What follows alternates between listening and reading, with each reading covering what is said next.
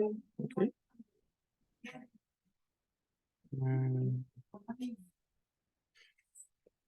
Get it up. Challenge it. Oh, the person that I and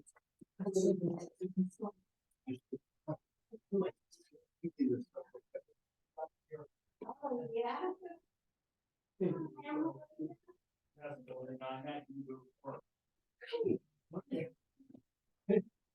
Hi, Monica. Sorry. I'm here. Damn. You're here once again. How can that be?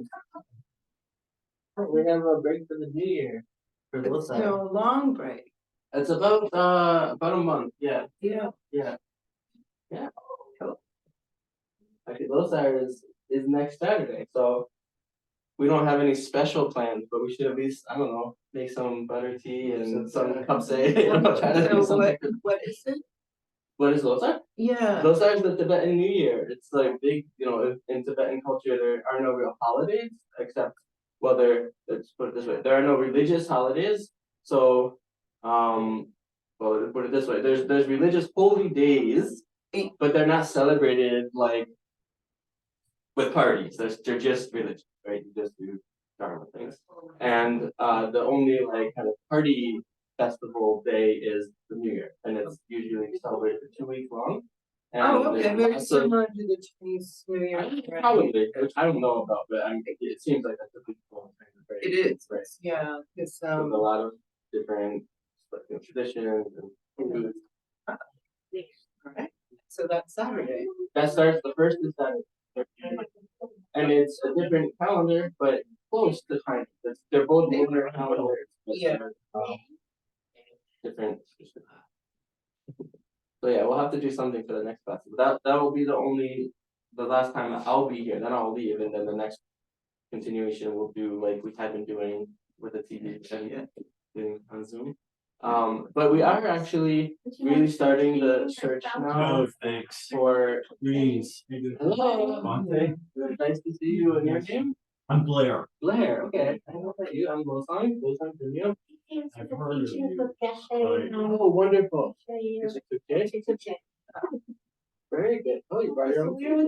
We don't actually have prayers. Set up for, I guess everyone here is sort of more or less Buddhist, Buddhist. Yeah, we don't mind who's gonna come. We're just kind of presenting it more as a mindful path, but which is, Buddhist saying it's Buddhist, really all that you do is add a little bit of element of, special connection and acceptance with, right. And then there's of course prayers and things that they're not really anything beyond being mindful of different qualities of the Buddha, enlightened mind. But when we say them, chant them, it seems like something religious, so that some people aren't as comfortable with it. But we can do those if people are comfortable. Good. Well, let's see. I have, I don't think this is okay. This starts 5 minutes past. I'll just go. Yeah, we can still wait a few minutes. Or maybe we just informally begin and then move into the formal beginning. Does anybody want a hot drink or cold drink before we start?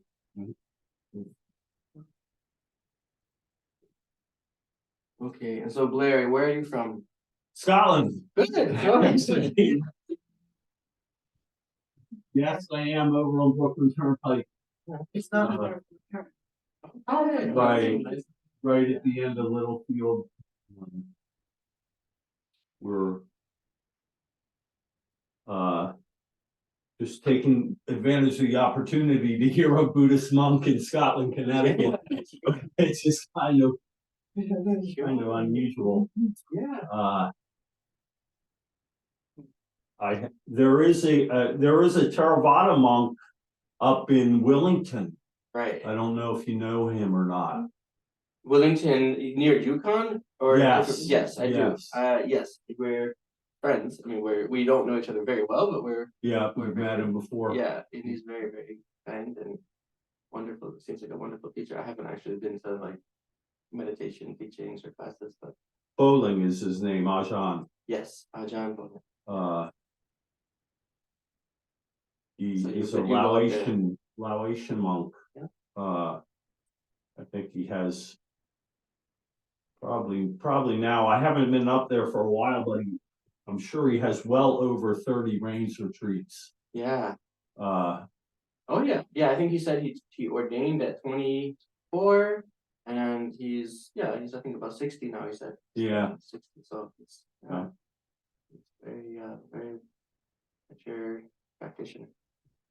Yeah, we visited him. Geshe Chuche was actually here together with me a few weeks ago. We just stayed for about 3 days, and we went to visit them over. It was him, and there's also a younger Thai monk who lives with Oh.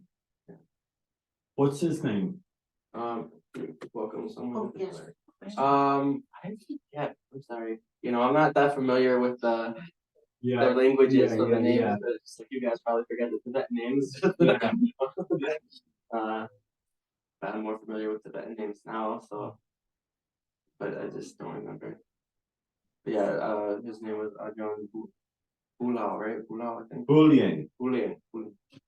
It's a little bit unusual pronunciation for the Yeah. Western tongue. Yeah. But No.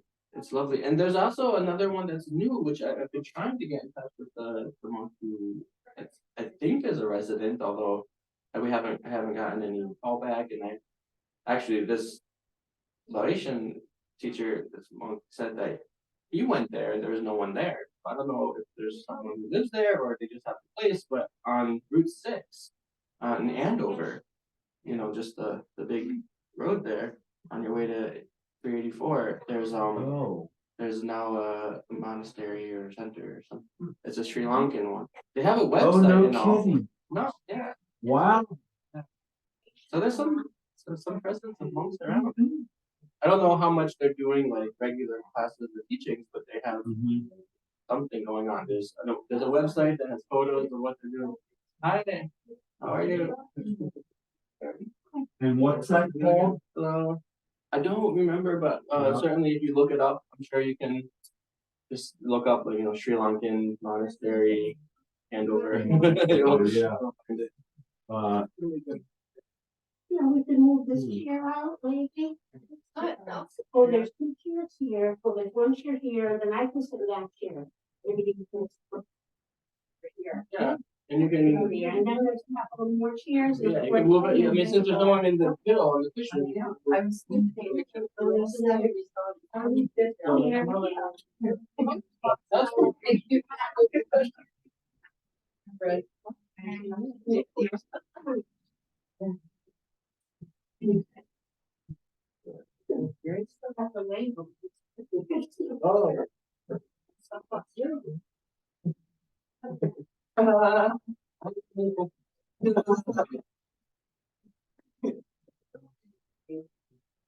It's nice to see you. I thought. Yeah, good to see you. Yes. I'm just here for a short time, another 10 days. So I'll do this class and do the next class, and we'll continue afterwards with a similar hybrid format. The teacher coming in that soon. But we'll have great teachers, and what we're really starting now is actually starting to say is we're really starting, to search for a teacher who can be here while Geshe Tuche isn't able to be, and just be the resident teacher because you guys are coming, right?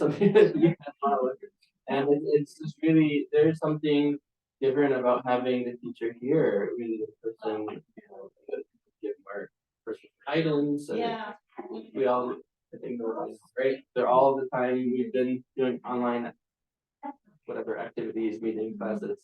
We know there's something different about doing it.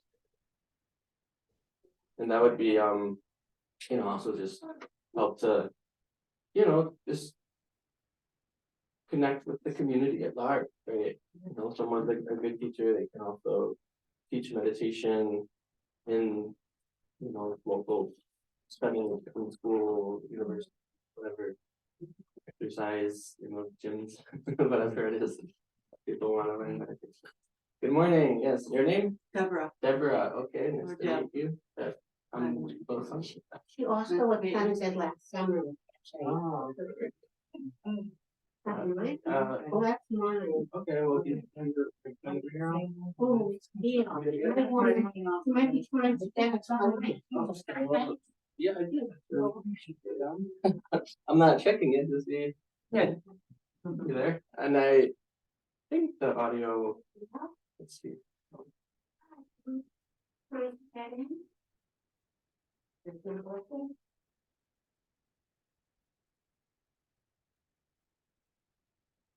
Oh, Okay. you gotta let him in. It says close to. Oh. You have to admit people. I see. It's Okay. like locked or something. My first time doing this. I appreciate the call. And so keep doing it. Great. Yeah, we're ready to go. So I will now. Hey, Oh, awesome. Thank you for that. Bye. how did this thing come on? Did anyone attend the Zoom last week?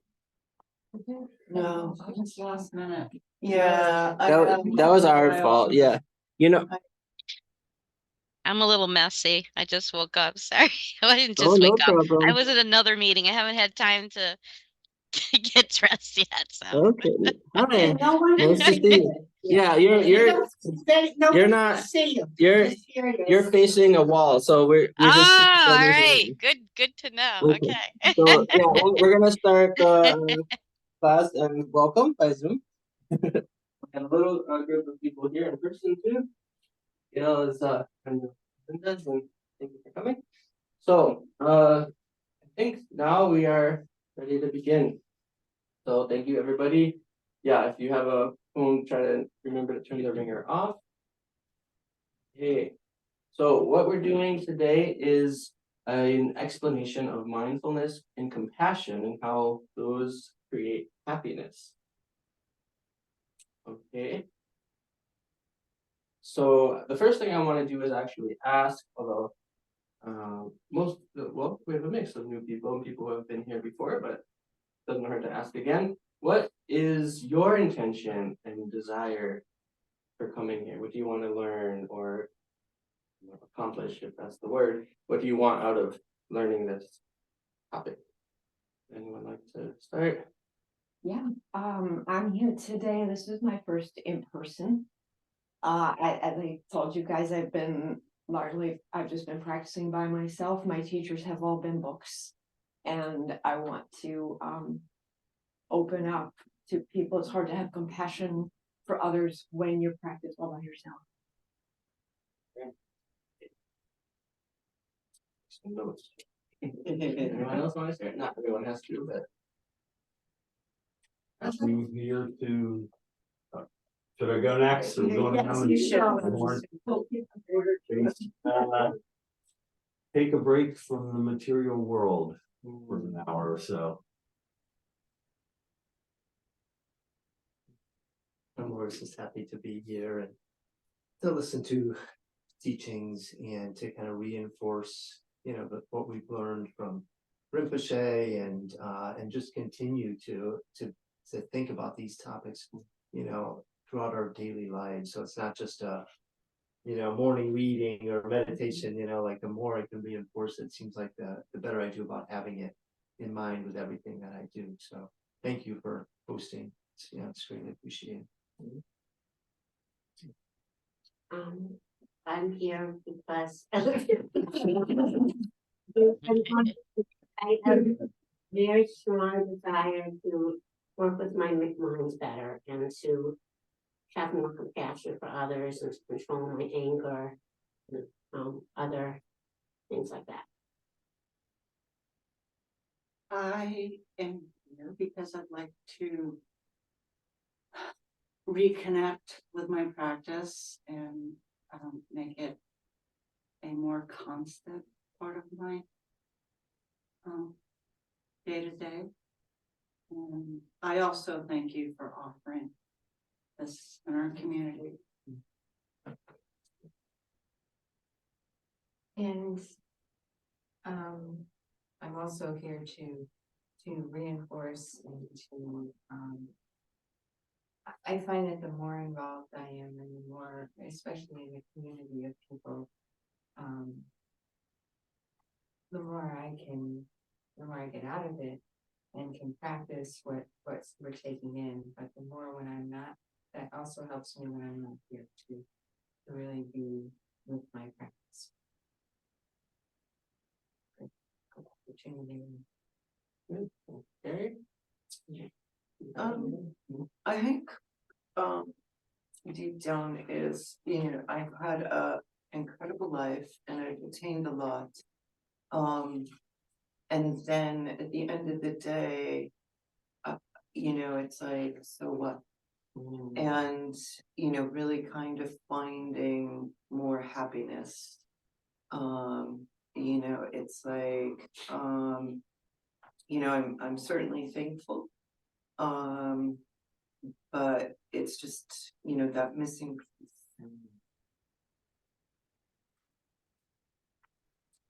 And then Thank you you want so to much. scale. Oh, yes. Gail, can you hear us? Yes, I can hear you Okay. guys great. You guys Sure. can hear me, right? Yes. So I'm here because I teach meditation through the Kabbalah tradition, and I'm very interested in learning the Buddhist tradition also.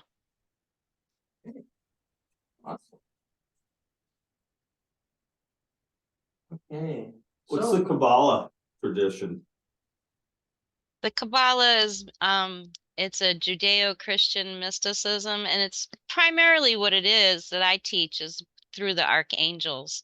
So you have areas on the Sephira or spheres on the tree of life, and each archangel has a component there, and they have a lot of energies for you to grow through your understanding through life and help your spirit and your soul grow. And working with Melinda comes to my classes, and they're similar. She's the energies and the colors are very similar to the taras in the Buddhist tradition. So that's very interesting also.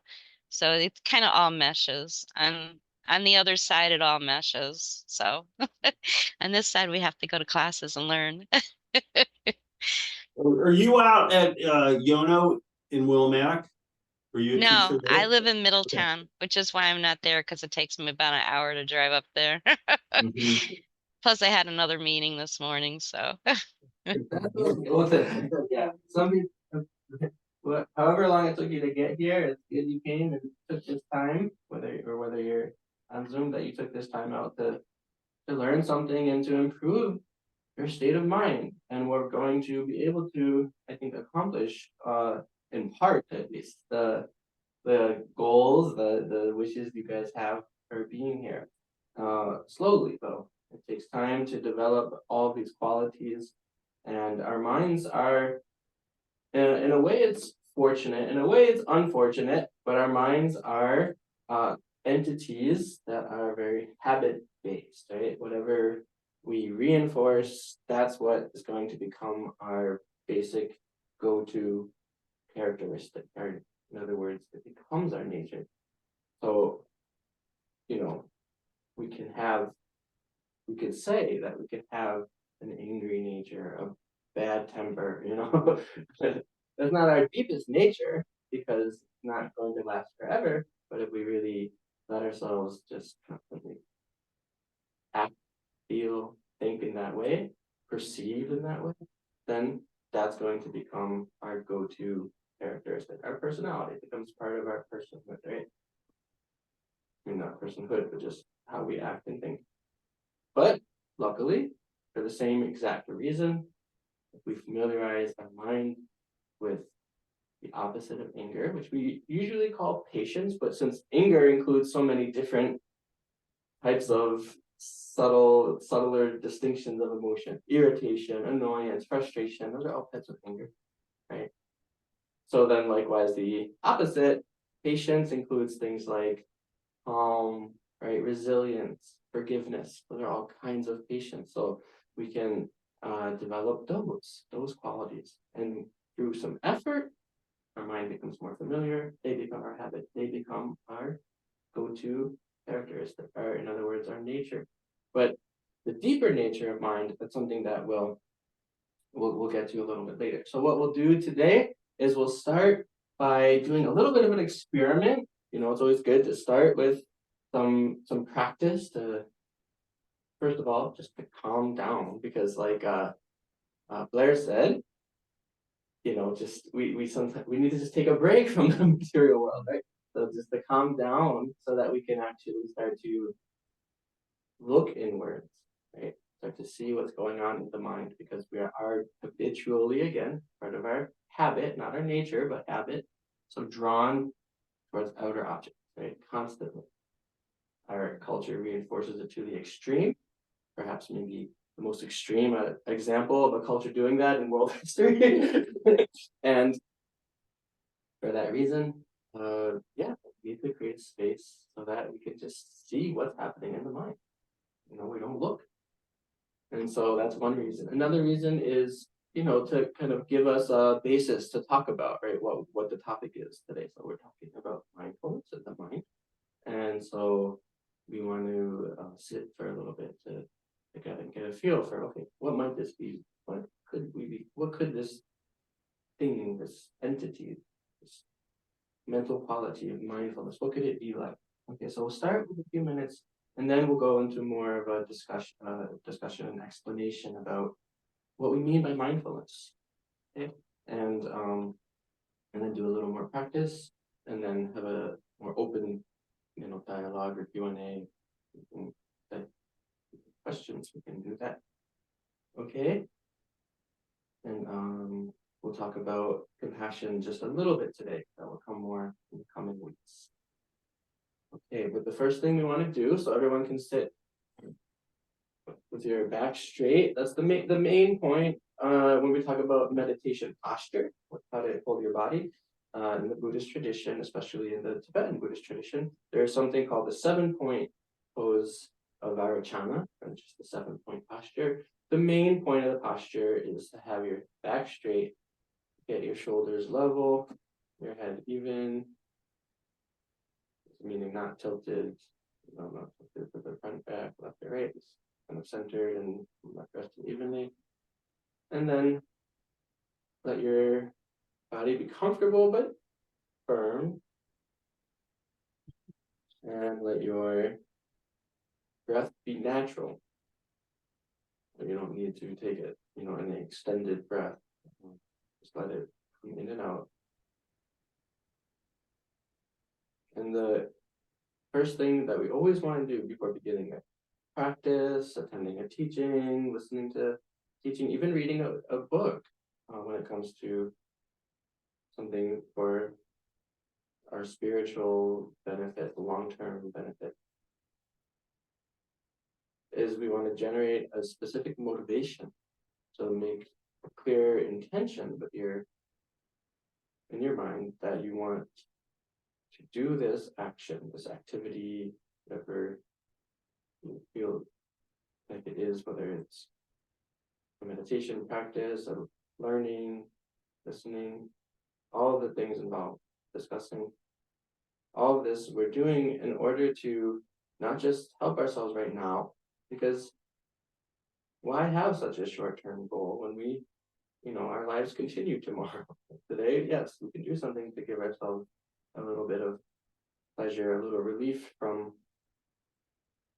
suffering. But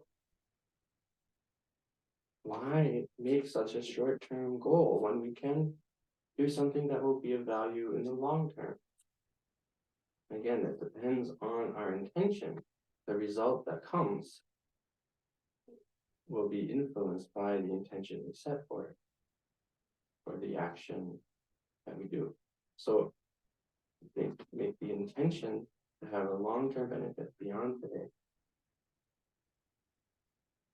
It will genuinely affect me on a deep level in a positive way, benefit myself.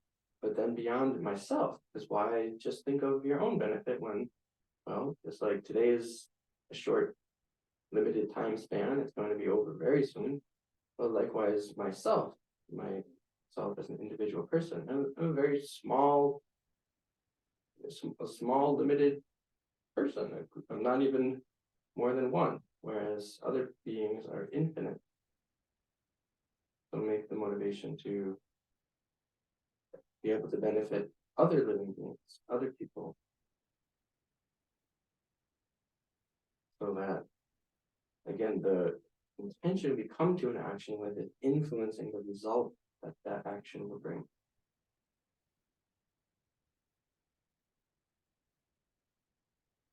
Just by shifting your intention and expanding it time-wise and just universally across the entire existence of living beings, that will allow the action to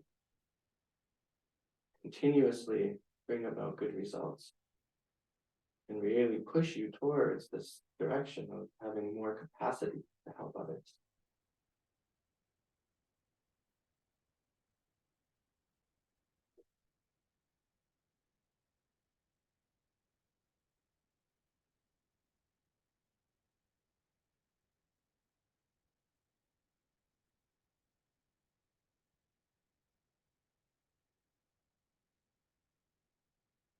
And now just let yourself settle in your body and become aware of how your body feels. This is one of 6 main domains of the mind. So we talk about mindfulness here. So just like being hopeful is, having your mind full of hope, and being grateful is being full of gratitude. Well, what is mindful? What does it mean to be full of mind? It means you're tuning into part of your mind, tuning into something that's appearing in your mind. So we have 6 main domains of consciousness. Visual, the eyes. Auditory, of the ears. Gustatory, of the nose. Olfactory, of the nose. Gustatory, of the tongue. And then the tactile consciousness of the body. So when we sit here and become attuned to our bodies, we are tuning into our tactile consciousness, one domain of mind. And the 6th, I said there are 6 of them. The 6th is the mental consciousness. That's really the main driver of our whole body, our thoughts, our emotions, our beliefs, our dreams. That's all the mental consciousness. Using logic, learning, studying, being creative. That's the mental consciousness. So then, for now though, let's focus on just the body, just to, again, become present here with what you're experiencing. So this time we are aiding our concentration by, for a few moments, turning away from the mental world that we often get caught up in. And now just focusing on your breath.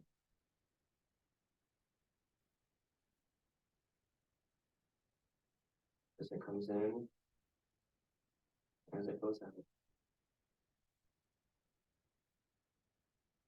No need to adjust it, just observing. It's like an anchor that you're tying your mindfulness to.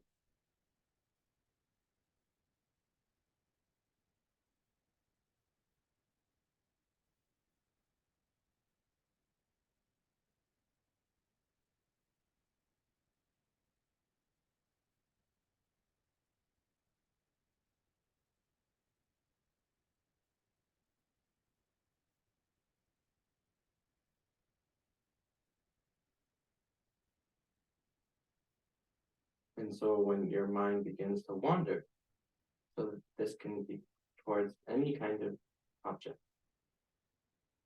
It can be something else that is occurring in a sense field, something you hear, something happening in your body, could also be something in your mind that's probably more common. So desiring to do something later after you leave here, or weeks, months, years in the future, and thinking about the future, or recalling something that occurred earlier today or previous days. Those are all, at this time, this context, those are distractions. Because the object that we want to focus on is our breathing in order to cultivate this quality of mindfulness and concentration.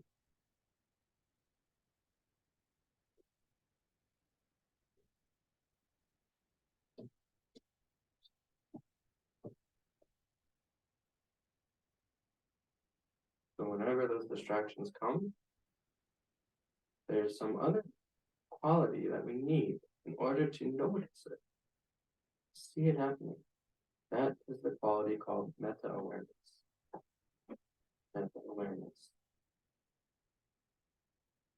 Meta-awareness is checking up on your mind to see if it's doing what you intended to do. Whereas mindfulness is what brings the object into your present conscious experience and keeps it repeatedly over time in your conscious awareness. So the breath is that object to keep your mindfulness on the breath.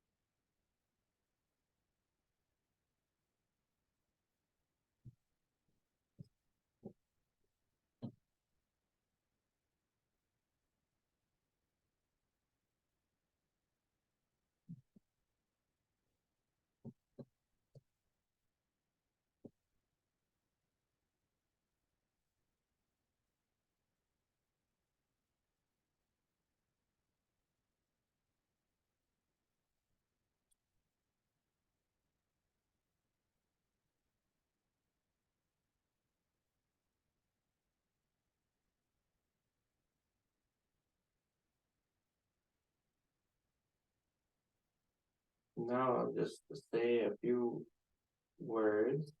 I'll say a couple of numbers and then a few words, and I want you to try and remember them.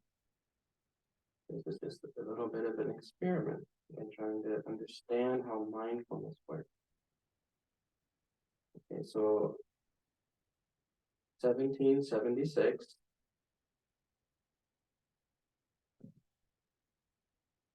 Fourteen, 19.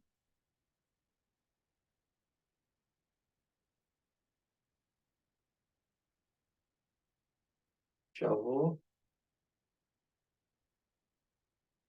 Moon.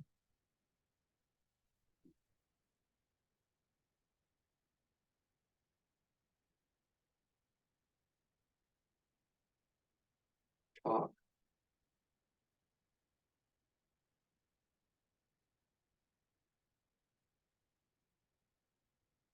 Now visualize for a few moments, visualize your mother, whether she's alive or not, just as you prefer, at any age.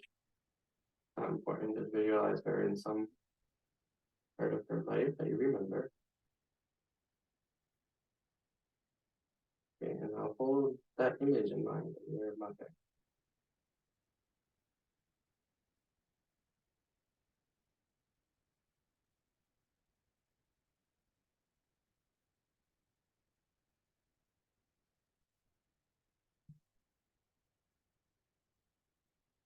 Okay, and now go back to observing your breath, holding your attention on your breath.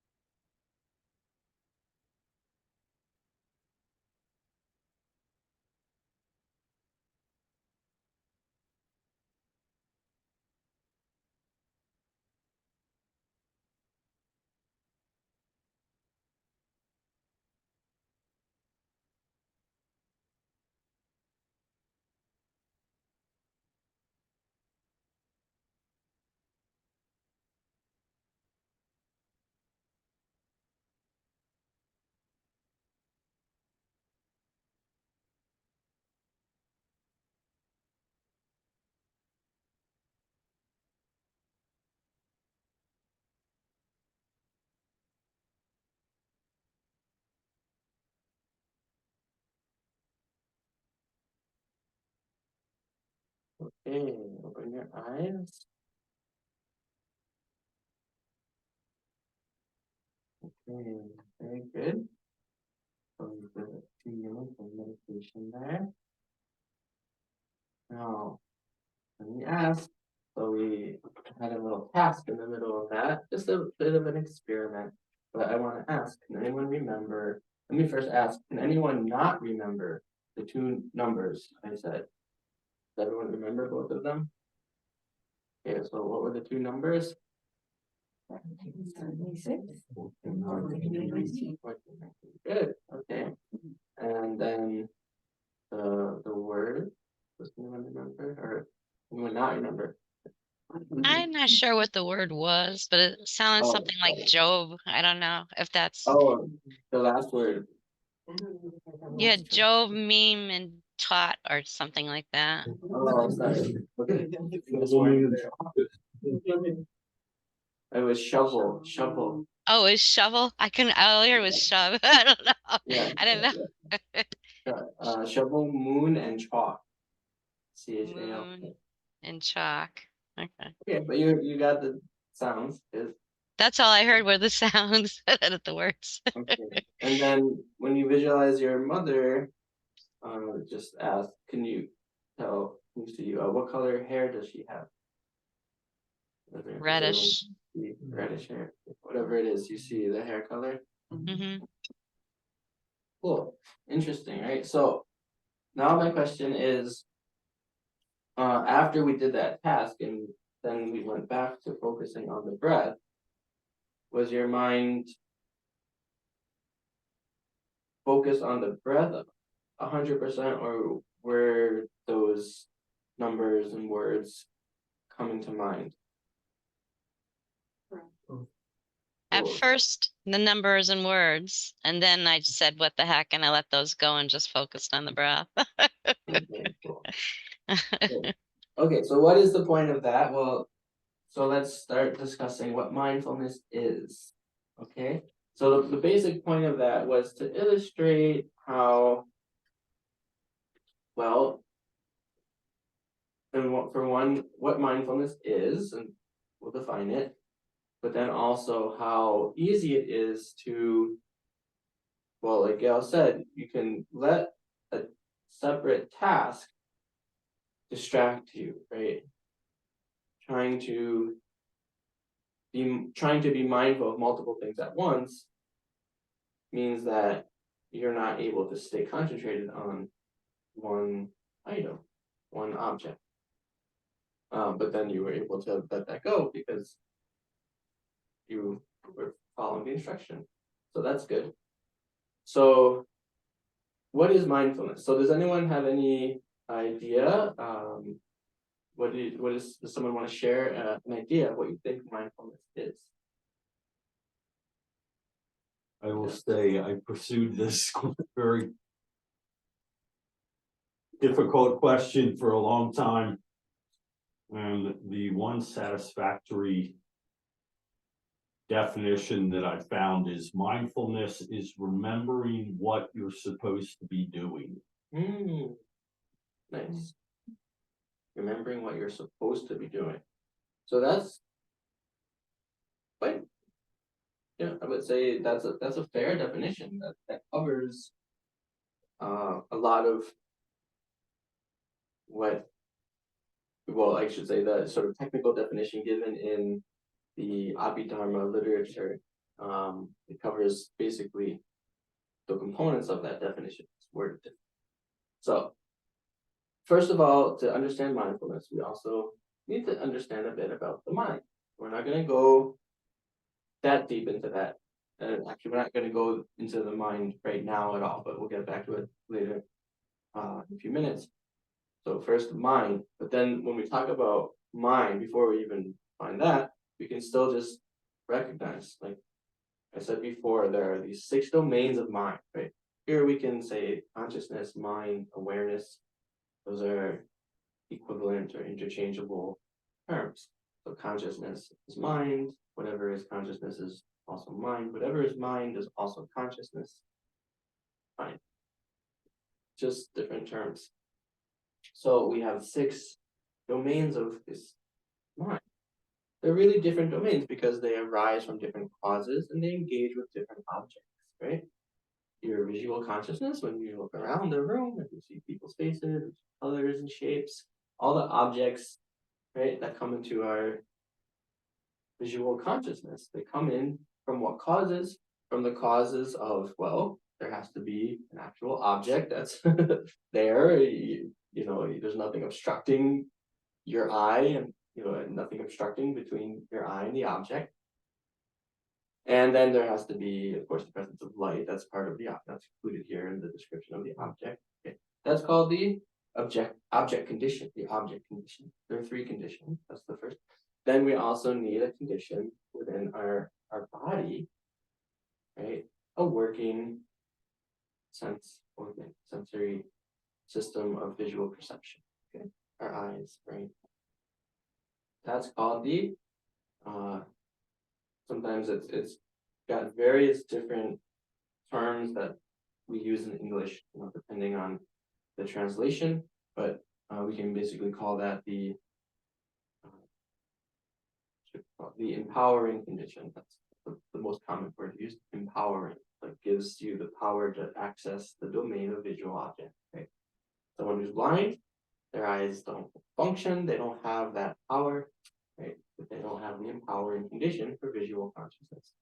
Okay, and then you need to have the 3rd condition, which is called the connecting condition. Connecting condition is just meaning that this moment, this very moment, every moment of consciousness arises from a unique set of causes and conditions, changing all the time. So this moment of visual consciousness arises because there was a connection to a prior moment. It doesn't have to be a prior moment of visual consciousness, but of some conscious some conscious being had, there had to be a prior moment of consciousness. Can't just arise. You can't just, make an I have it become conscious, right? It has to be a continuum. Okay, so those are the three conditions. So we have those three conditions giving rise to these 6 different kinds of consciousness. The visual, right? You just say simple terms, right? The eye, ear, nose, tongue, body consciousness. Those are 5 sensorial consciousnesses. Then we have on top of that, the 6th one is the mental consciousness. So when we are meditating, when we are visualizing our mother, thinking of those words, that's all the mental consciousness, right? Now, when we are when we're focusing on our body or breath, we have both things going on, right? There is a tactile consciousness, the body consciousness, directly experiencing our bodies, the breathing, the air coming in and out. But then the mental consciousness is the one that forms the intention, right? That says, okay, time to practice meditation, time to focus on the breath, right? And that gives the effort to do so. That's all in the mental consciousness. Okay, so this is about mind in general, those 6 factors. Now, within each of those, right, within each main domain of consciousness, then we have many different functions, factors, right? Different cognitive faculties occurring that allow us to experience something, that allow our minds to work. Okay. So one of those is mindfulness. Mindfulness is one of these sub-minds. It's a sub in the sense it's like subordinate mind, right? We have the main mind is just the basic consciousness experiencing one of those 6 domains. Within each of those, there are many parts. Okay, those are called sub-minds. Mindfulness is a sub-mind. Sub-mind. You have mindfulness, right? Focusing on anything.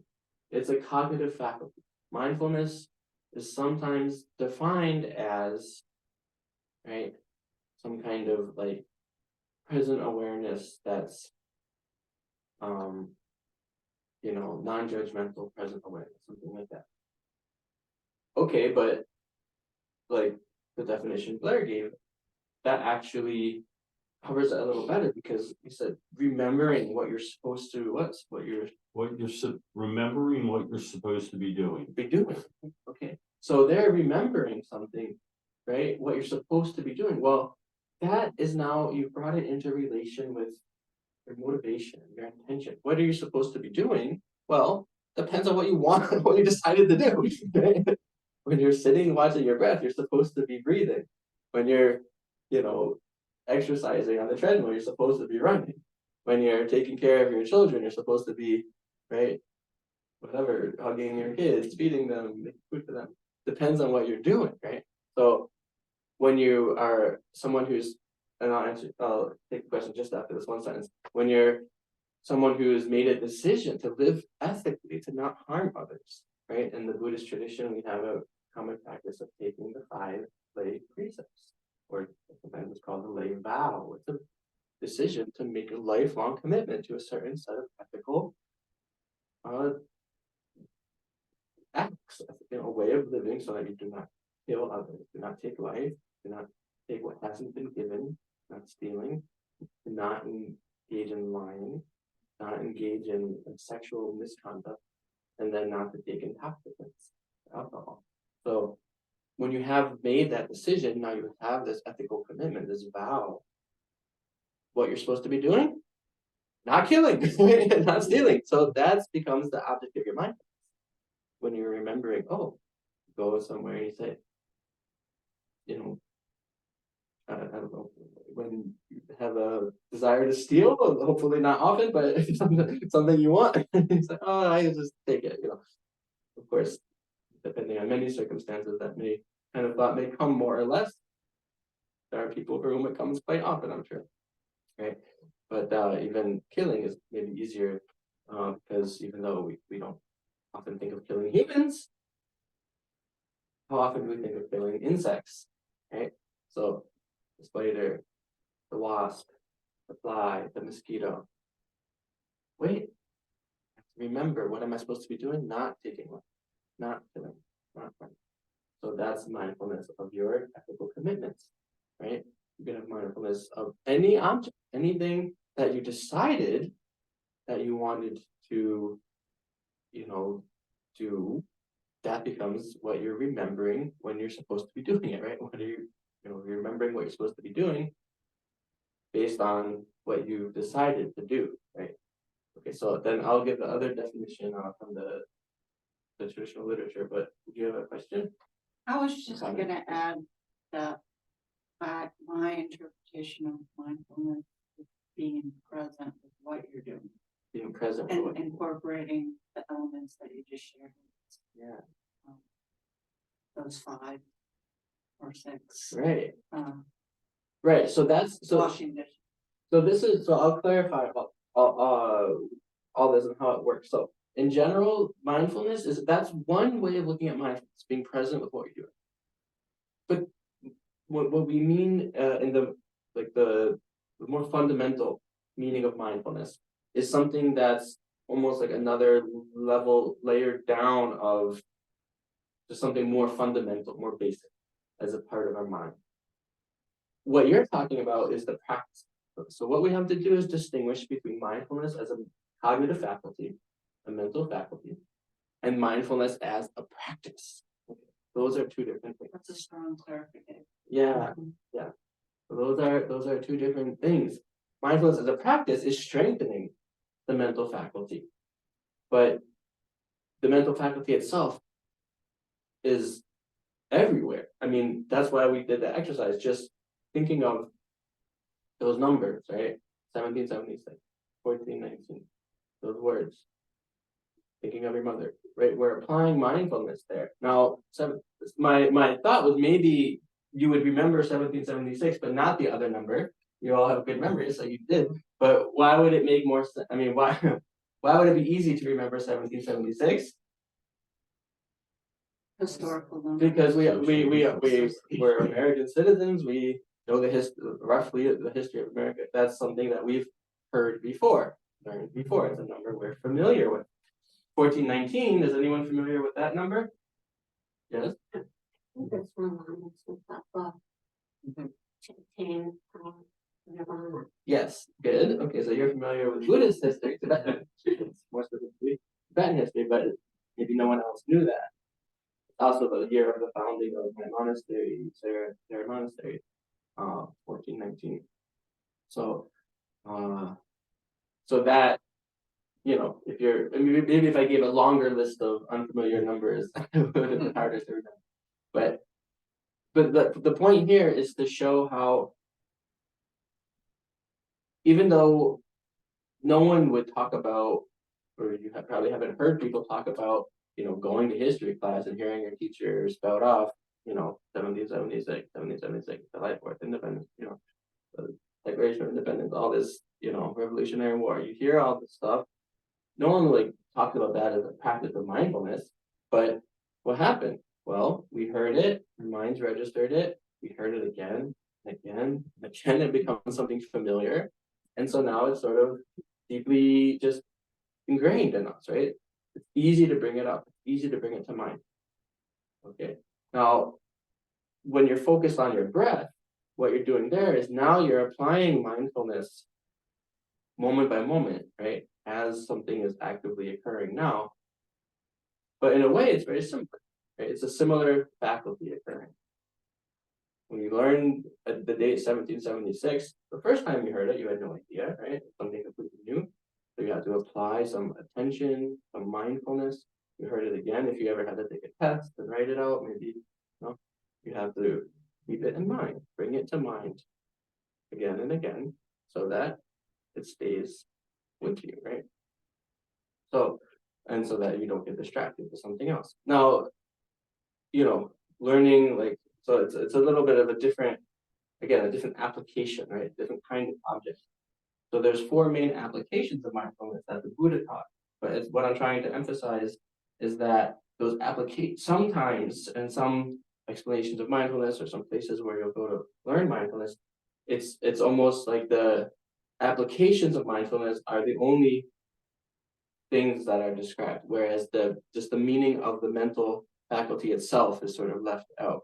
But that's important to understand so that you can see the wide range of where mindfulness can be applied and where it can be strengthened, that you can be strengthening your mindfulness. Not only sitting on the cushion or in a chair during the meditation session, but you can be strengthening it as you're living your daily life.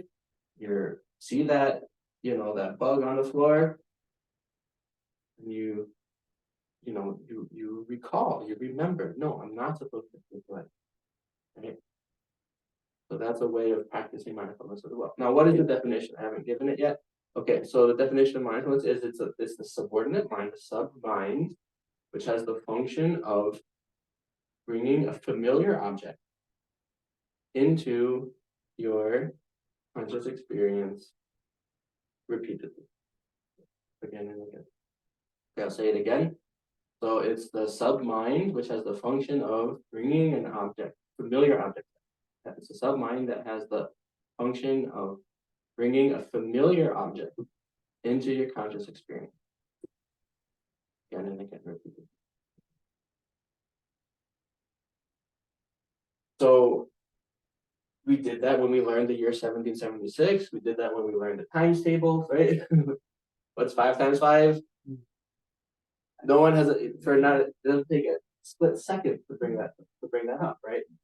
We were mindful of it, and now we just have it, right? So now, of course, when we say being mindful of our breath, something that's constantly changing and shifting, it's a little different than a fact that's sort of stored in long-term memory. But so there's certainly different. So I'm not equating mindfulness with memory, okay? But it's very, very.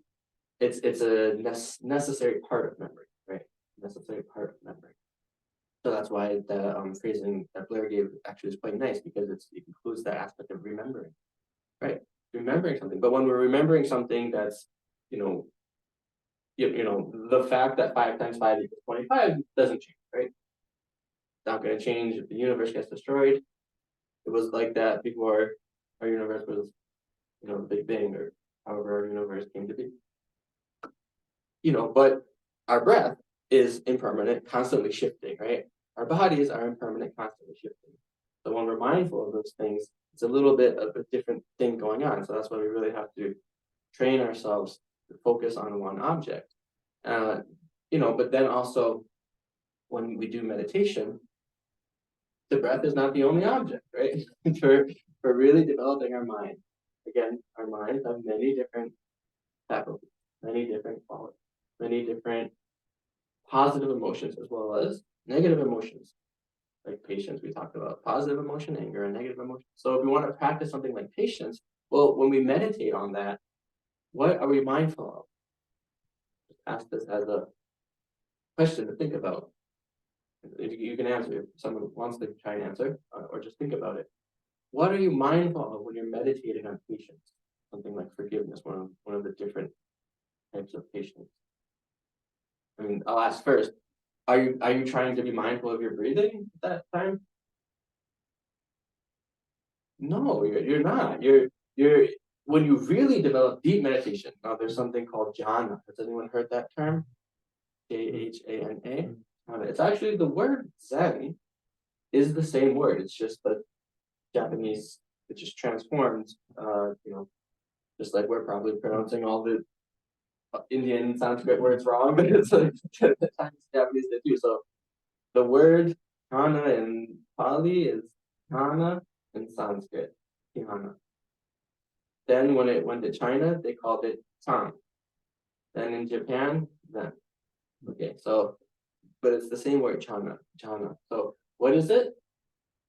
Well, it's a meditative equipoise, a state of meditative equipoise that is so deep and single pointed that when you achieve it, there's actually no awareness of the 5 sensory consciousnesses. So you're not aware. Yeah, and actually when you achieve the 4th jhana, so there's 4 of them, 1st, 2nd, 3rd, 4th jhana. When you achieve the 4th one, your breath actually stops. That's not something I've done. I can't guarantee that's really, really true. This is how the text explains it. So point being, just to bring it back, when we are practicing something like patience, or like the title of this class and what we'll go into in future weeks, compassion, right? We're not focused on our bodies at that time. You want to make sure you're checking in now and then that you have a good posture, so that if you find that you're like completely like falling over, it's like, okay, maybe you need to wake up. But I mean, do something to rouse your energy. But we're focused on different things. Now, so we're not focused on the breath. Are we focused on what 5 times 5 is? Doing some math, of course not, right? What are we focusing on? What are we mindful of? So what happens is this brings us into a different type of meditation, called different from just kind of plain mindfulness meditation, but we're still using mindfulness. Now it brings us into something called analytical meditation. So when we're practicing patience, right, instead of just picking one object and focusing, just saying cut out everything else, continuously go back to that same object again and again, what we actually do is we bring to mind something more like a scenario, something more like a line of reasoning, something like people that we get angry at, people that we have emotions to, and we reflect why what's the source, what's the cause, what's the result, what kind of things does it make you do, what are the results of those actions, how does it make you feel. Okay, so you're bringing to mind a lot of things. You're mindful of a lot of different things when you do an analytical meditation, but mindfulness is always right there. So that's why it's very important to understand that mindfulness it's not just a practice, but it's also a mental quality or a cognitive faculty that you can apply in every arena of life, in many different arenas. Now that brings us to then the 4 applications of mindfulness. So this is the 4 main applications of mindfulness that Buddha taught, but again, in a context of sort of almost as more of like, I don't want to say it's for beginners, but because it's not just for beginners, because as they develop, it gets deeper and deeper and brings insight into more and more things, but they are suitable for me. So it's a very kind of clear way of getting introduced to in a beginner in what? What does it mean for beginners? What I'm saying here? Well, it's a way to get introduced to our body-mind complex, right? What do we have? So the 4 applications of mindfulness. What are they? Does anyone know actually? Okay. Yeah, go for it. They are body. Yeah. Perceptions, mind, and mind objects. Okay, close. So the 3 were okay. So Mental formations. that's another. Mind objects. Well, that's So you guys, I think, are actually. So mind object is more close. So mental formations is not one of the 5 skandhas, right? But it's not one of these practices in the mindfulness practice. So we have mindfulness of body, then the second is mindfulness of feeling. Feelings, okay. Mindfulness of feelings, then mindfulness of mind, and then mindfulness of mind objects. Really, it just is mindfulness of phenomena. That's the literal word, phenomena, which includes many different things. So this is actually where when we talk about mindfulness of phenomena, this is where you can apply, right, mindfulness in analyzing something like anger and the nature of anger. That's a phenomenon. Right? It includes it's quite vast, quite broad when you're talking about the last one. But the main one, when you go to when you go to a mindfulness class, you're going to be mainly focusing on probably the first one a lot, like mindfulness of body, and then mindfulness of mind a lot, right? Because mindfulness of mind, that also includes a lot, but it's just what is my mind doing? What is being experienced, or one way we say this is what is appearing in my mind, right? Appearing just means what am I experiencing, right? What is what is happening in my field of mental consciousness? So And mindfulness of feelings is also very important. I don't think it's focused on as much in the sort of temporary, what they call it, mainstream. It's becoming mainstream anyway, right? Mindfulness circle. But that means now when we talk about when we talk about body, yeah, of course it can be the breath, of course. But even otherwise, like when someone said mindful, washing the dishes, when you're driving, right? Just being mindful of that body consciousness. That body consciousness, whatever motions your body is doing yoga, doing exercise. Okay. Bringing mindfulness, remembering it as it's happening. Remembering means just, like I said in the technical definition, making it present in your consciousness.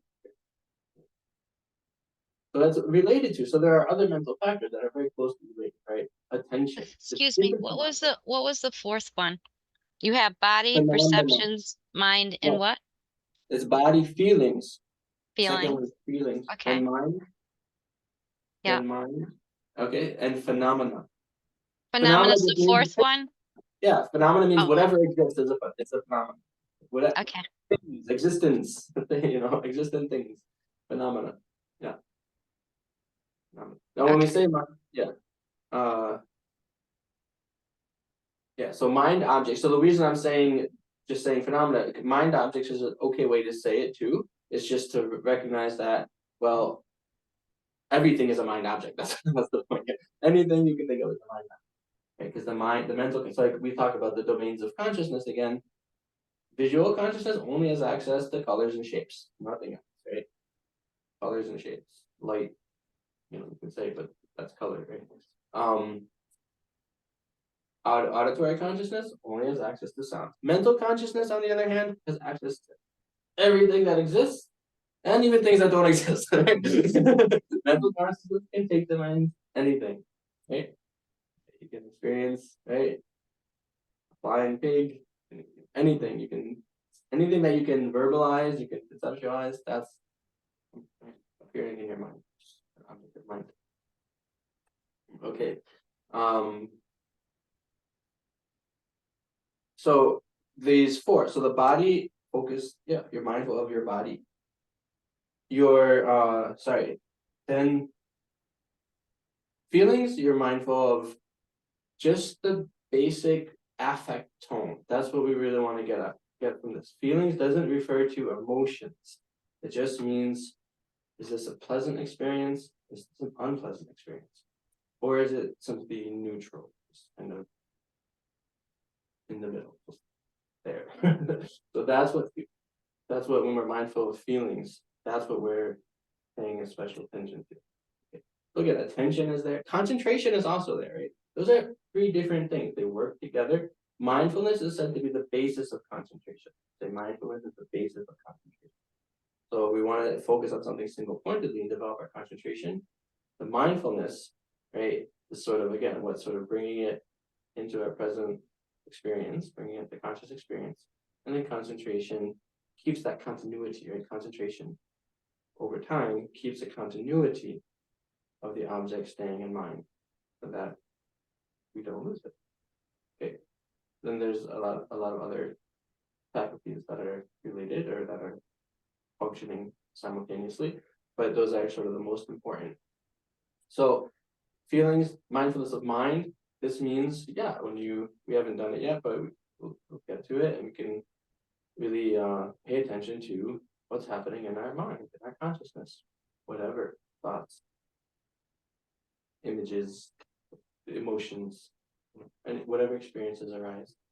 And then phenomena, there's ways of doing, like, let's say for example, one common practice is to meditate on the image of the Buddha, just visualizing the Buddha's body. That we could say is a mindfulness of phenomena. But also this kind of analytical meditation where we're analyzing, okay, why did I get angry? Is there really a reason for it? How can I stop it? How can I prevent it? Thinking about the person I got angry at is just like me. They wish to be happy, don't wish to suffer. Having that kind of reflection, that can be considered a mindfulness of phenomena practice, that you're mindful of your anger, mindful of forgiveness. Okay. So, and then meditating on impermanence, things like that, right? It's like emptiness, selflessness, impermanence.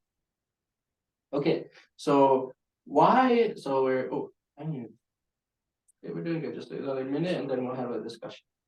Now, why should we practice mindfulness?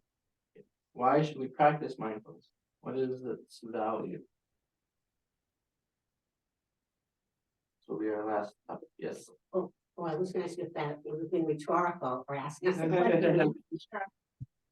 You're asking us a question. Well, both. I mean, both meaning if someone wants to answer, go ahead. If not, I'll continue on. Does anyone have a idea why I practice mindfulness? Well, I mean, you gave reasons why you wanted to come here, so that sort of answered that, I suppose, right? But go ahead. Well, I just think if you don't practice mindfulness, even in a limited way, in a non-aware way, possibly, you will be randomly and out of control in many areas of your life. Right. So reflection, Very which would be maybe a non-Buddhist term, is like essential to have a functioning life. Right. So it helps us stay in control. Very good, right? So this is it really comes down to, and this is connected to the overall course, mindfulness, compassion, and happiness. We all wish for happiness. Every living being, without exception, wish for it just innately. It's just there, the desire to be happy, experience good things, pleasure, peace. We all do not wish to suffer. We all do not wish to suffer. Every single living being. Yet, this is the mystery. For some reason, we all experience suffering and very, very often don't experience happiness. What's going on? What's going on? Why is this the case? Why don't we get the happiness we want? Why do we have to get the suffering we don't want? Well, it's not from God. Obviously, it's a belief, but there's questions about why that wouldn't be the case. You can address those, but just for now, not from God. Where is it coming from? Well, we do things all day long trying to, right, out of this basic innate desire, out of that basic desire, we act. So the actions we're doing are not bringing the result we want them to. That indicates that we don't see causality properly. We don't see the connection between the actions we do and the result they bring. We don't, in other words, we don't understand. We have ignorance. We have misunderstanding. Okay. So the misunderstanding, the ignorance, that's the main thing that causes our suffering. Otherwise, since we're acting all day out of the wish for happiness, if we really knew how to achieve the happiness we want, avoid the suffering we want, we would be able to do it, right? The actions we did would be in line with that. I mean, the actions we did would both be in line with the motivation, but also create the result we want. Instead, what we do is we create a result that we don't want. So mindfulness helps us to control this process because it helps us, first of all, to just, there's many layers of it, right? But the first kind of layer is just to become aware that the grossest level of ignorance is not even being aware of what's happening and what are our thoughts even doing, right?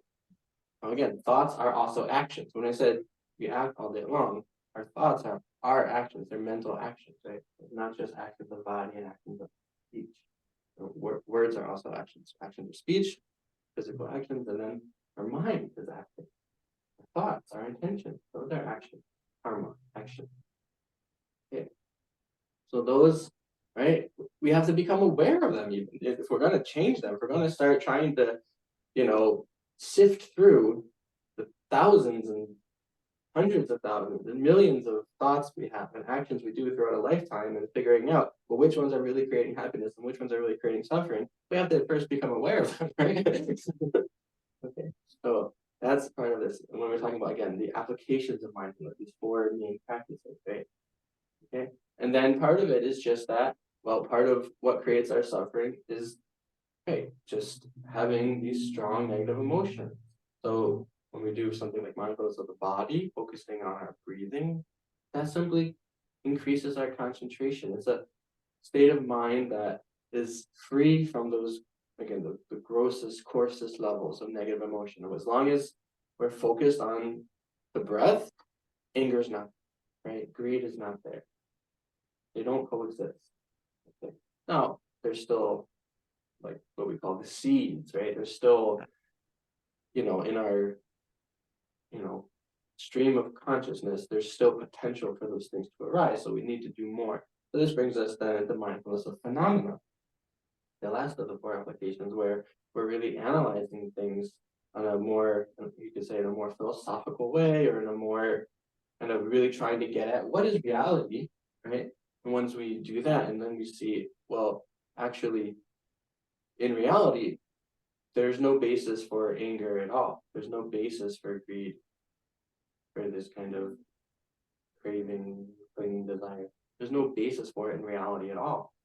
And when you really understand something like that, then you can even overcome those seeds, those potentialities for anger, attachment. Then happiness just never stops, right? Because you don't have any cause for suffering anymore. That's brings us to, so again, you guys seem like you have some good basis in Buddhist philosophy. That brings us to the Four Noble Truths, right?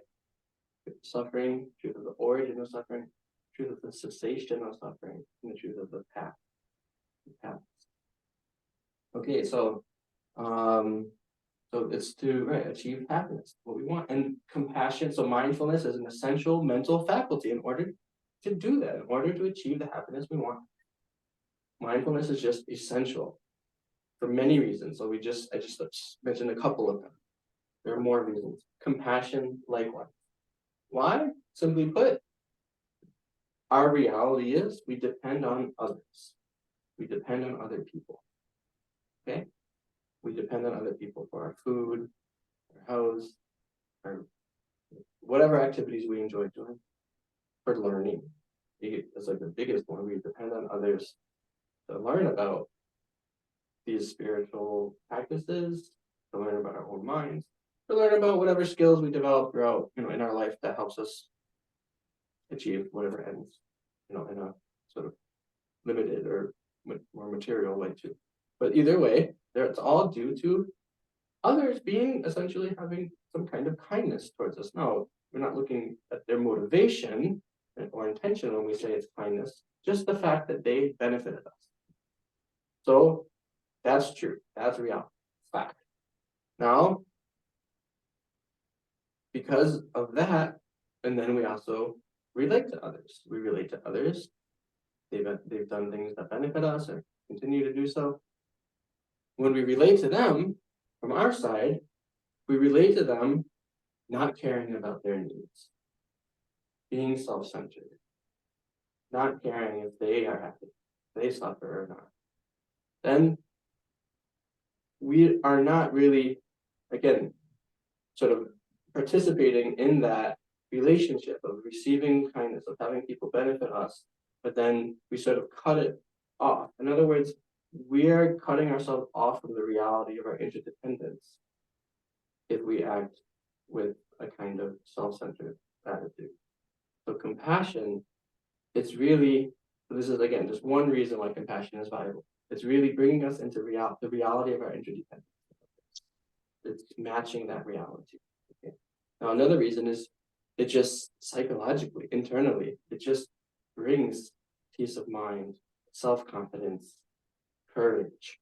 Right? It just has this power to it. Compassion just has the unique mental quality that just has this power that helps you achieve lasting happiness. Okay, so that's all I'll say for class as we're getting late. So it's I think 11:15 or so. So why don't we open it up to a little Q&A, and then have some snacks and drinks. And then that'll be the way that. So we did So I said we would do more meditation, but we did more than I planned to. We did, I think, a whole 15 minutes or so. So maybe that's enough for today. Or if there's no questions, we can just finish with another few minutes of meditation. But yeah, Please talk a little bit about analytic meditation. It's not just us sitting there thinking about all these things and, okay, I'm angry and here's, why I'm angry. There has to be some specificity to that, right? Like it's analyzing something. So if you took patience and what are the causes of, of my anger and, harm done to me by others and why anger isn't a solution to that. Isn't there more of a process to that? Like we want to take specific, whatever it is Great within those, right. the perfection of patience, and then what are those things that I need to be patient from? Exactly. So the question, what is analytical meditation in this context of meditating patience? It's not just sitting there going, oh, why am I angry? What happened? Yeah. So what it is though, is it's not that different from that, but it's also what you said. It's doing that, but with the backdrop of study, of having learned, right? So without actually studying or learning or listening to explanations of, what we call the antidotes, right? Antidotes or counter agents to anger, without listening or reading or somehow learning about them, we don't have any fuel for our analytical meditation. So the fuel for analytical meditation, as well as what gives it structure. So you're basically talking about structuring it, right? That comes from our study or learning. Okay, so that's why we talk about 3 types of learning. Sometimes it's called the 3 wisdoms you may have seen in books. So, but to me, it makes more sense to think of it as 3 types of learning. There's learning from external sources, other people, books, recordings, coming to class. Okay, then there's the second level. There's learning of internalizing. So that's what we're talking about with the meditation. So you need the first one to get to the second one. Okay. The third level is the learning of training. Training. That means you sit there, and that's when you have gained some real depth of understanding why anger is completely unjustified, harmful, nothing good about it, how patience can be developed, how I can counteract it. You have some deep understanding. Then the learning that's training comes in training is single pointedly focusing on your awareness of that new awareness created of the value of patience or the harm of anger, or even just literally just the quality of patience. Now that you understood it, you can just literally just bring that up in mind, focus on it single pointedly. That's another way of saying the 3 wisdoms. So you may have heard that term. I'll just say it now: the wisdom of hearing, the wisdom of reflection, and the wisdom of meditation. Okay, so that's just another way of saying it. So learning from external sources, learning of integration, and then the learning of training. Different ways of saying the same thing. So my point is, you're right. So how do you do it? Well, you learn these things. You read like the Lamrim, right? Shanti Deva's Bodhicharyavatara, chapter 6, right? You remember what it said. You focus on one verse, even, right? Okay, this is there's one verse from Shanti Deva that says, there's no, I'm remembering in Tibetan, so how do you say it?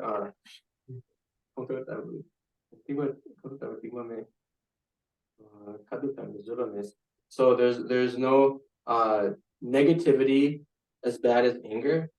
There's no austerity as rich as patience. Okay, as powerful as patience. Okay, so you can just think of that verse and just that's like the focal point. You pin your sort of meditation around that verse. In other words, that's the main object of mindfulness. But since you're analyzing, then you go and think about, okay, so what are all the other reasons? Why is there nothing more harmful than anger? Question it. Wait a minute. How can there be nothing more? What about genocide? Genocide is more negative than anger, right? Think about it. Well, wait a minute. But why would some community or group commit genocide? Oh, because of anger.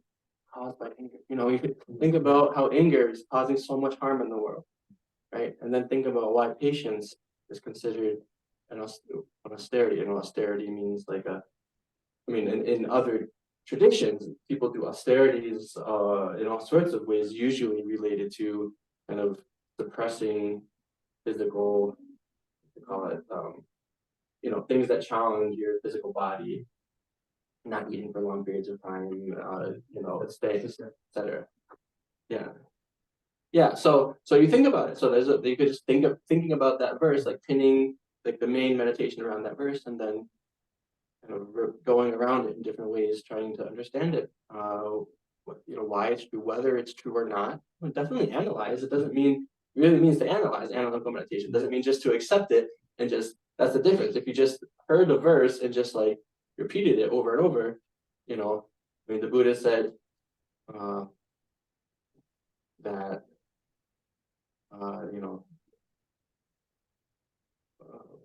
do not. So good verse for this example. Right, like the Buddha said, like this is kind of a great verse because it's sort of the essence. Right? Do not commit any non-virtuous actions. Perform only perfect virtuous actions. Subdue your mind completely. This is the teaching of the Buddha. That one verse. So if you just sit there going, subdue your mind, subdue your mind, subdue your mind. You're like, yes, that's a mindful. You're being mindful. You are practicing mindfulness, right? But that's not going to actually subdue your mind. Yeah. So that's why in a little meditation you could like use that verse as like the pinnacle, sort of like the focal point, but then you have to actually use your intelligence, right? Sort of intellectually contemplating it. Does that answer the question? Yeah, just like that stepwise process. But I think about that, Yeah. that chapter on the perfection of patience. Yeah. And just all the, how it just gets deeper and deeper and deeper, and why, anger, why anger doesn't work either. Like why, what's the fault of it? That it's, that what did the person do, and what did they, could they really bring that about themselves? Like what was their dependent origination of that anger for them that caused them to act out, and understanding all those pieces. So. And so this is, I don't know if Rinpoche ever actually said it in these exact words, but the way he taught, sort of presented it this way, is that the study itself is analytical meditation. Like you sit there for an hour reading through Patience chapter of the Losang Chenmo, as long as you're not like literally just glazing over the words and not letting them in your mind at all, as long as you're like actively engaging with the reading, that is analytical meditation. So you're doing both, right? Because you're learning, the first level, but you're also the first level, which is learning from the external source, but you're also thinking about it, right? So then analytical meditation is just you just continue thinking about it. Right? Because you read these things over and over and over and over, but every time there's like some little nuance that comes up, like, I see that. You think is that you're not just reading, you're thinking about it. Right. And you thought about it in between and new experiences and it's building. I mean, this is the thing we didn't talk about. I didn't get to it yet, but time's up. But just when we look at the nature of mind itself, is just clarity and knowing. That's sort of the unifying feature of all conscious experience. Clarity, there's knowing. Clarity doesn't necessarily mean like your mind is really clear. Of course, you can be completely exhausted and unconscious, but it means that there's just some kind of experiential space there, space for objects to appear, experiential space. Now, when we look at that and we think about these different qualities that we're trying to develop that bring us more happiness, make us a better person, mindfulness, compassion, patience, then there are things which, because they have a grounding in reality, in other words, doing all those reflections, every time you do that, you're actually thinking about what's real, what's really happened, right? When you think about, oh, the person that I got angry at, they just want happiness like me, right? That's true. That's true. That's a part of reality. So if you really think about that, it's going to increase your patience. Keep doing that, it'll increase. Keep going. So the more you think about these things and do that kind of analytical meditation, study more, the more your positive qualities will increase. They do that without limit. Now, negative qualities, on the other hand, we call them non-virtuous mental faculties. Sometimes they're just called negative emotions, depends on the language you're using, like anger. Those do not have a basis in reality. They're not grounded in reality because whenever we're angry at someone, we're not considering all the facts on hand, right? When we're angry at someone, we're just considering, well, they did something I didn't like, right? They were right? Well, okay, that's true, but there's still a living being who wishes for happiness. They still have the right to achieve happiness, right? They still have a family who loves them, that they care for, whatever aspects. And then of course, the causes that made them do the action that you didn't like, that harmed you, well, they weren't fully in control of themselves. They themselves were overwhelmed by anger. All these things, right? That's the reality. Anger focuses only on some small, sometimes it completely creates a fiction that's not true whatsoever. That we know happens. Okay. That's also, clear that means there's no basis to it. But even like, okay, sure, I got hurt. Someone said something that I felt hurt by. Okay, they said the words are real, they exist, but we're just focusing on a small fragment of that person, right? Small piece of that person. This one moment that we saw only related to me. Well, there's a world of 8 billion humans, countless other living beings, right? So the patience continuously can increase because it's grounded in reality. Anger is not like that. So anger never can get past a certain point, right? And it can be removed because of the same reason. Okay, very good. Maybe one more question?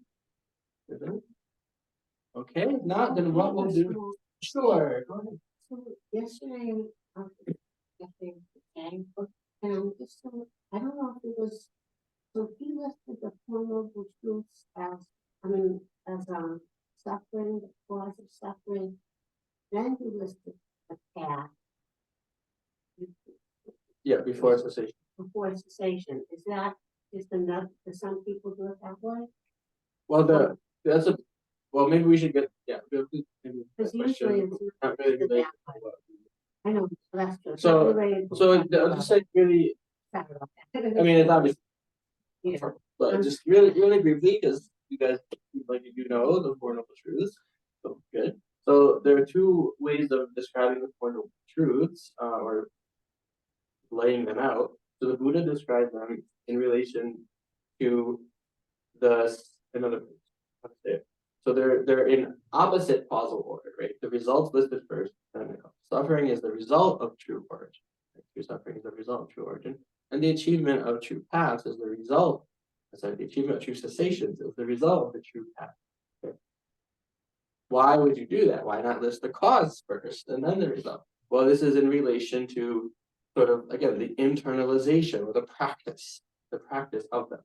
First, we have to identify the suffering in order to,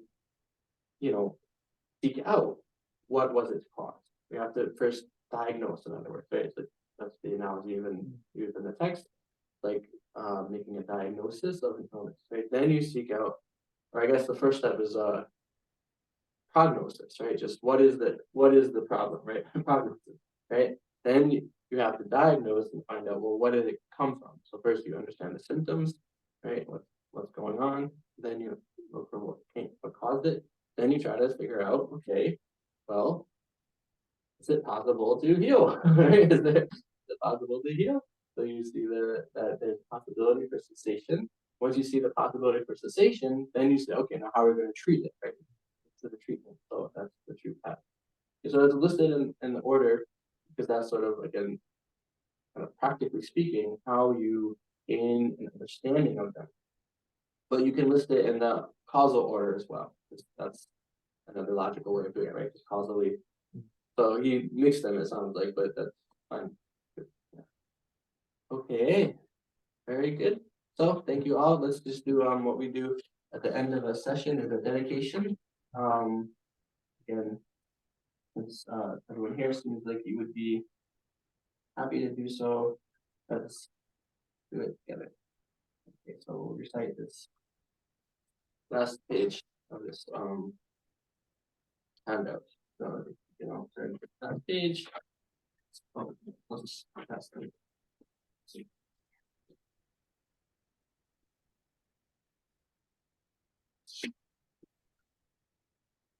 Take one and pass it down.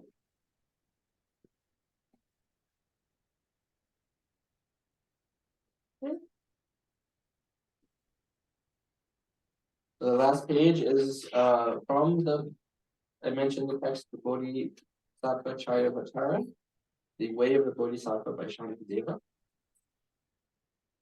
So thinking of when we say dedication, it's like we're really, again, because everything follows from the mind, here what we're doing is we're taking, you know, a set activity, or you know, it could be after doing one prayer, after doing 1 minute of meditation, you know, 1 minute of watching your breath. It could be after giving someone a gift, after giving a, you know, a beggar, a homeless person $1, whatever good action, virtuous action, dedicate it, because now our mind, with whatever result comes, right, is influenced by our intentions. Likewise, so when we start an activity, we generate a motivation that's vast and far-reaching. Likewise, when we finish an activity, we do the same. So that the causal power, causal energy doesn't just, you know, okay, sure, so we had a good day, we felt good, we learned something, then tomorrow we forget it all and go back to our normal habits. No, if we dedicate it to complete awakening, right, to the benefit of all living beings, then it will continue on, that causal power will continue on until we achieve awakening. Okay, so we'll read this together. May all beings everywhere, plagued by sufferings of body and mind, obtain an ocean of happiness and joy by virtue of my merits. May no living creature suffer, and may evil forever fall ill. May no one be afraid or belittled, for the mind weighed down by depression. May the blind see forms, and the deaf hear sounds. May those whose bodies are worn and toil be restored and finding joy. May the naked find clothing, the hungry find food. May the thirsty find water, other delicious drinks. May the poor find wealth, those weak with sorrow find joy. May the forlorn find hope, constant happiness, and prosperity. May there be timely rains and bountiful harvests. May all medicines be effective, and wholesome prayers bear fruit. May all who are sick and ill quickly be freed from their ailments. Whatever diseases there are in the world, may they never occur again. May the frightened cease to be afraid, and those bound be free. May the powerless find power, and may people think of benefiting each other. For as long as space remains, for as long as sentient beings remain, until then may I too remain to dispel the miseries of the world.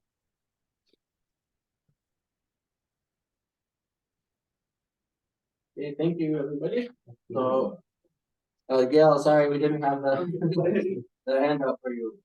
Maybe Melinda could take pictures of it and text it to me. Yeah, we have a Word doc. Okay, so thank you. We're Okay. gonna just sorry you can't join us for tea, but next time. Okay. Thank you. Have a great day. Thank Good you. weekend. Okay, so if anyone wants tea, yeah. Cookies or maybe we need to heat the. Oh, well, if it's available, I'll see you next week. Right?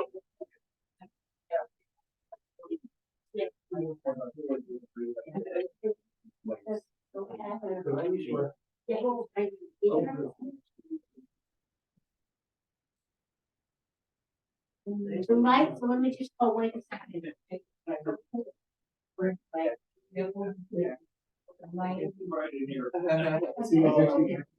Yeah, Thank you so much. Thank you.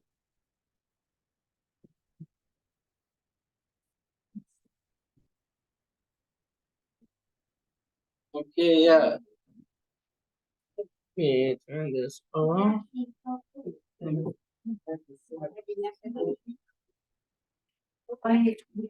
was thinking about that, going